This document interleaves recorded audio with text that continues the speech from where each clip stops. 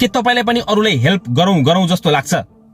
Help गर्नु राम्रो हो, ठिक छ, तर एयरपोर्टमा कहिलेकाहीँ गरिएको एउटा सानो हेल्पले जीवनभरको समस्या निम्त्याउन सक्छ।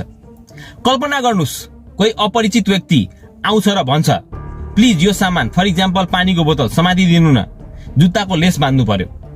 तपाईलाई लाग्दो होला सानो कुरा हो, नाइ कसरी भन्नु। तपाईले सानो सहयोग सम्झेर बोतल समात्नुहुन्छ, तर एयरपोर्टको सीसीटीभीमा स्पष्ट रूपमा तपाईले त्यो वस्तु आफ्नै इच्छाले लिएको दृश्य देखिन्छ। एकपटक तपाईले त्यो सामान पकड्नु भयो भने त्यो तपाईको दायित्व हुन जान्छ।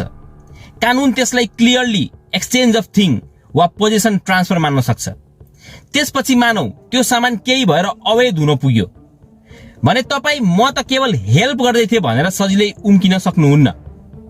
एयरपोर्ट सुरक्षा मामिलामा मलाई थाहा थिएन भन्ने कुरा पर्याप्त हुँदैन। एकछिनको दया, विश्वास वा लापरवाहीले निर्दोष मानिसलाई ठूलो कानूनी झमेलामा पार्न सक्छ। सहयोग गर्नु राम्रो कुरा हो, ठिक छ, तर ठाउँ र समय हेरेर। गलत ठाउँमा, गलत टाइममा, गलत व्यक्तिलाई सहयोग गर्नुभयो भने के हुन्छ थाहा छ? एउटा सानो हिन्दी उखान याद आयो, अब पछताकर होत क्या जब चिडिया चुग गई खेत। त्यसैले उचित ठाउँमा नाइ चाहिँ भन्न सक्नुपर्छ।